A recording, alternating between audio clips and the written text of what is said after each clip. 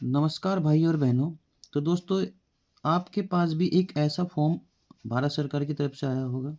ये वोटिंग से रिलेटेड है और ये फॉर्म बहुत से आदमी हैं जो जिनको भर नहीं पा रहे हैं अच्छे से।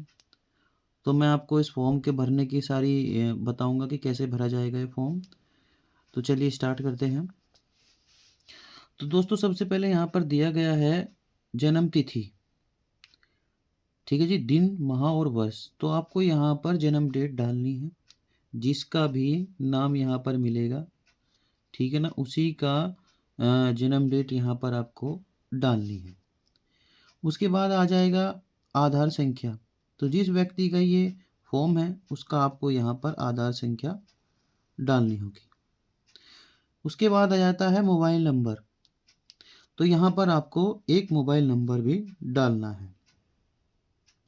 उसके बाद आ जाएगा पिता अभिभावक का नाम, यानी कि जिसके ये फॉर्म है उनके पिता का नाम यहाँ पर लिखा जाएगा।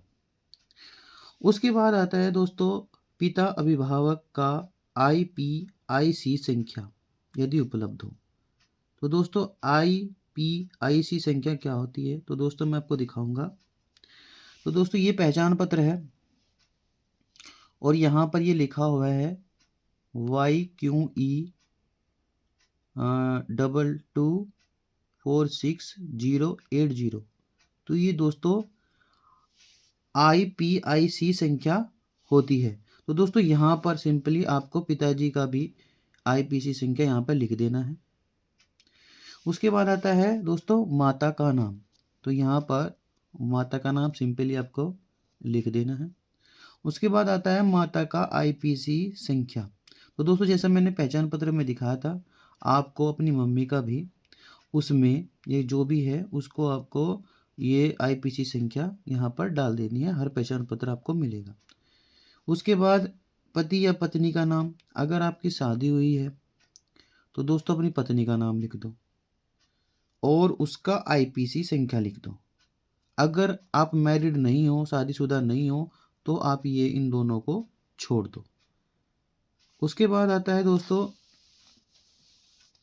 उसके बाद आता है पिछले कॉलम में दिए गए संबंधी का विवरण पिछले ISIR के अनुसार। तो दोस्तों आपको जो आपने वो लिस्ट निकलवाई होगी 2003 की वोटर लिस्ट उसमें आपके मम्मी का, पापा का, किसी की भी वोटिंग हो उसमें आप उनका नाम कोई से का भी लिख सकते हैं। मम्मी का लिख सकते हैं चाहे पापा का लिख सकते हैं। ठीक है ना दोस्तों। तो अगर आपको 2003 की लिस्ट निकालनी नहीं आती तो मैंने पिछली वीडियो में डाली है, उसमें आप जाकर देख सकते हैं कि कैसे 2003 की लिस्ट निकालें। तो दोस्तों अगर आपका मम्मी का है तो मम्मी का लिख सकते हैं वहाँ का नाम, और पापा का है तो पापा का।